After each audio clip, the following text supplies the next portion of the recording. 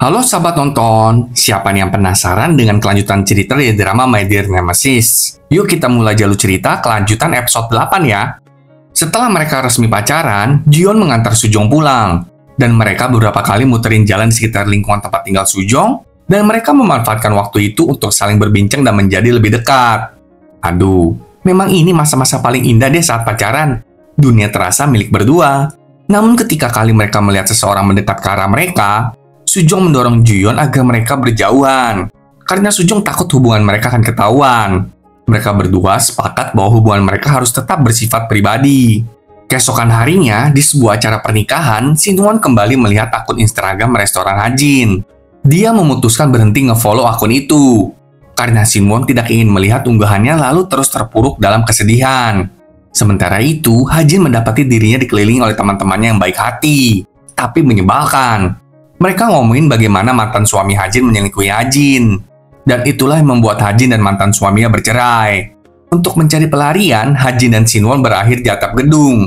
Mereka terkejut karena kembali bertemu satu sama lain lagi. Saat mereka duduk untuk berbicara, Sinwon mengaku bahwa dia butuh udara segar karena teman-temannya mendesaknya untuk menikah. Sementara Hajin, dia akhirnya membuka diri tentang masa lalunya yang menyakitkan. Bagaimana pria yang dia kencani selama 10 tahun berselingkuh dalam waktu 6 bulan setelah mereka menikah. Selama percakapan mereka, Sinwon menyatakan kalau dia tulus dan tidak pernah goyah akan perasaannya kepada Hajin. Kilas balik mengungkapkan bahwa Hajin sebenarnya melihat Sinwon mengunjungi restorannya setiap malam. Wah, meleleh deh jadi cewek kalau begini ya. Dalam momen ini, Hajin bertanya apakah Sinwon ingin tidur dengannya. Tapi kali ini Sinwon menolak, karena Hajin nggak mau berkencan dengan Sinwon. Tergerak oleh tatapan Sinwon, Hajin pun mencium Sinwon. Mereka berdua akhirnya menerima perasaan mereka dan memutuskan untuk mencoba hubungan mereka dengan lebih serius. Akhirnya ya, selamat Bang Sinwon. Pada hari yang sama, Jion mengunjungi Sujong di rumahnya. Namun ayah Sujong melihat mereka sedang bersama dan menyuruh Sujong mengajak Jion untuk masuk ke dalam rumah. Sujong akhirnya memperlihatkan kamarnya kepada Jion. Di dalam kamar Sujong, ada ruang rahasia juga ternyata yang menuju ke loteng gitu. Disitulah Sujong menyimpan seluruh barang-barang dari ruang rahasia Juyon. Juyon tentu senang karena barang-barangnya tersimpan dengan baik. Saat ayah Sujong memberikan buah kepada Juyon, Subin malahan yang mengambilnya. Subin mengancam Juyon dengan tatapan tajam, menanyakan alasan kenapa Juyon ke rumah mereka.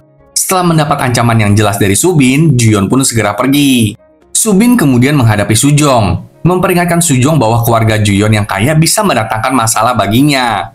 Meskipun Sujong mengakui memang itu resikonya, Sujong menepisnya. Dia memilih untuk fokus pada masa kini. Keesokan harinya di kantor, Sujong dan Juyon mencoba bersikap normal. Mereka berdua menyembunyikan hubungan mereka dari semua orang.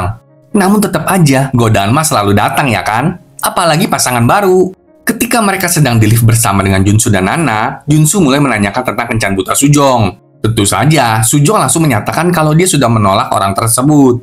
Namun mulut Junsu terus saja berkomentar. Dia memperdebatkan tipe ideal yang cocok buat Sujong. Junsu bersikeras bahwa Sujong harus berpacaran dengan pria yang lebih tua. Dan Jion diam-diam mendengarkan pembicaraan mereka. Junsu melanjutkan kalau lebih baik Sujong tidak berpacaran dengan orang sekantor. Nana nggak mau kalah. Dia berkata, "Oh tenang aja Junsu, Sujong nggak mungkin berpacaran dengan orang sekantor. Soalnya Sujong pernah bilang kalau pacaran dengan orang sekantor itu namanya hubungan neraka." Mendengar ini semua, makin panaslah Juyon. Kemudian ketika Sujong sedang memfotokopi dokumen, Juyon menghampirinya.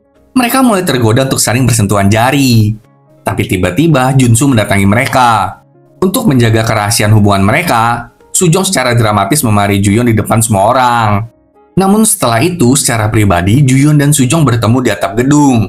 Di sana, Juyon mengomel manja, dengan bertanya bagaimana Sujong bisa membentaknya dengan begitu mudah. Merasa bersalah, Sujong bertanya apa yang bisa dia lakukan untuk menebus kesalahannya. Tapi Sujong menegaskan kalau Juyon nggak boleh meminta ciuman. Dengan tersenyum nakal, Juyon tiba-tiba mencium Sujong di pipi. Ciuman di pipi Sujong? Iya deh mereka ini ya, kaum jomblo tolong jangan sedih ya. Malam harinya, Sujong mengunjungi restoran Hajin. Dan Hajin memberitahunya kalau dia sedang menjalin hubungan dengan Sinwon. Sujong terkejut, apalagi setelah melihat Sinwon sedang membantu Hajin di restorannya. Tentu aja, Sujong masih teringat dengan peringatan lama Juyon tentang Sinwon yang adalah seorang playboy. Maka karena itu, Sujong memperingatkan Sinwon untuk memperlakukan Hajin dengan baik. Hajin lalu menanyai Sujong tentang hubungannya dengan Juyeon. Sujong kembali terkejut, jadi Sujong menyangkalnya dan memilih untuk tetap diam. Sinwon dengan santai mengatakan bahwa Juyeon tidak akan pernah berkencan dengan teman sekantor. Apalagi tipe Juyeon tuh yang imut-imut gitu. Bedalah sama Sujong. Wah, belum tahu aja mereka. Keesokan harinya setelah rapat kerja, Hyeju secara frontal bertanya ke Sujong. Apakah Sujong sudah tidur dengan Juyeon? Wah, gila ya si Hyeju ini. Hyeju berkata kalau dia memperhatikan Juyeon tuh hanya baik kepada Sujong aja. Dengan kesal, Sujong mengatakan kalau dia tidak melakukan hal seperti itu. Dan Sujong memperingatkan Hyeju, kalau mau tanya hal seperti ini, lebih baik tanya di depan semua orang. Supaya Sujong punya saksi kalau ingin menuntut Hyeju atas pencemaran nama baik. Malam harinya, Sujong dan Juyeon berkencan ke Sungai Han. Saat mereka duduk bersama, sebuah lagu yang familiar diputar. Lagu itu membawa kembali kenangan cinta pertama Sujong. Juyeon yang mengetahui hal itu mendorong Sujong untuk kembali menyukai lagu ini. Kali ini bersama dengan Juyeon. Aduh, romantis banget deh Juyeon ini. Keesokan harinya, Juyeon dan Sinwon ngopi bersama. Karena ngelihat gelagat Juyeon, Sinwon bertanya, apakah sekarang Juyeon sedang berpacaran? Dengan malu-malu, Juyeon membenarkan. Sinwon makin deg-degan lah ya. Dia tanya lagi, kamu lagi pacaran sama Sujong? Kali ini Juyeon menyangkalnya. Tapi Sinwon tahu pasti kalau benar Juyeon dan Sujong berpacaran. Setelah itu di kantor, Sujong menemui Juyeon di ruangannya. Dan dengan bersemangat melaporkan tentang merek bergengsi yang ingin dia dapatkan untuk proyek mereka. Tapi Juyeon dengan puas mengungkapkan bahwa dia udah dealing dengan merek tersebut. Langsunglah Sujong terkesan dengan Juyeon. Melihat Sujong begitu, Juyeon jadi ingin menggodanya. Juyeon lalu menarik Sujong agar Sujong duduk di sampingnya dan menanyakan alasan Sujong menyukai Juyeon. Sujong berkata kalau Juyeon giat bekerja dan juga tahan banting dengan sifat keras Sujong. Di tengah-tengah percakapan, Juyeon merekam kata-kata dari Sujong yang mengatakan kalau Juyeon juga imut. Aduh, ampun dah. Kemudian saat Sujong keluar dari ruangan Juyeon, Bukwon menatap Sujong dengan curiga, mempertanyakan kok lama banget Sujong di ruangan Juyeon. Tapi dengan segera, Sujong memberikan alasan yang masuk akal. Jadinya Bukwon menerima alasan Sujong. Malam harinya, Sinwon laporan deh ke Hajin kalau Juyeon dan Sujong sudah berpacaran. Hajin sangat takut kalau Juyeon dan Sujong saling tahu identitas mereka masing-masing. Tapi Sinwon berpikir positif. Bisa aja mereka tetap tidak akan tahu tentang itu sampai seterusnya. Apalagi Sinwon belum pernah melihat Juyeon bahagia seperti sekarang. Jadi Sinwon gak tega memisahkan mereka. Setelah beberapa hari Juyeon pergi dalam perjalanan bisnis, Sujong mendapati dirinya merindukan Juyeon lebih dari yang ingin diakuinya. Maka karena itu, Sujong menelepon Juyeon. Karena Juyeon juga sangat merindukan Sujong, Juyeon berencana untuk sekarang juga pergi ke rumah Sujong dengan alasan mengambil komik Juyeon. Padahal ya cuma buat melepas rindu aja. Saat Sujong ke loteng untuk mempersiapkan komik milik Juyeon, mata Sujong tertuju pada sesuatu. Jadi saat Juyeon muncul di depan rumah Sujong, Sujong memperlihatkan temuannya itu. Itu adalah kalung rantai dengan liontin gembok. Dulu, saat si naga api hitam sedang menyatakan perasaannya untuk stroberi di tengah jalan, naga api hitam menggunakan kalung tersebut. Waktu pun berhenti saat kebenaran mulai terungkap. Dan dengan lantang, Sujong bertanya, kamu naga api hitam kan? Nah lo.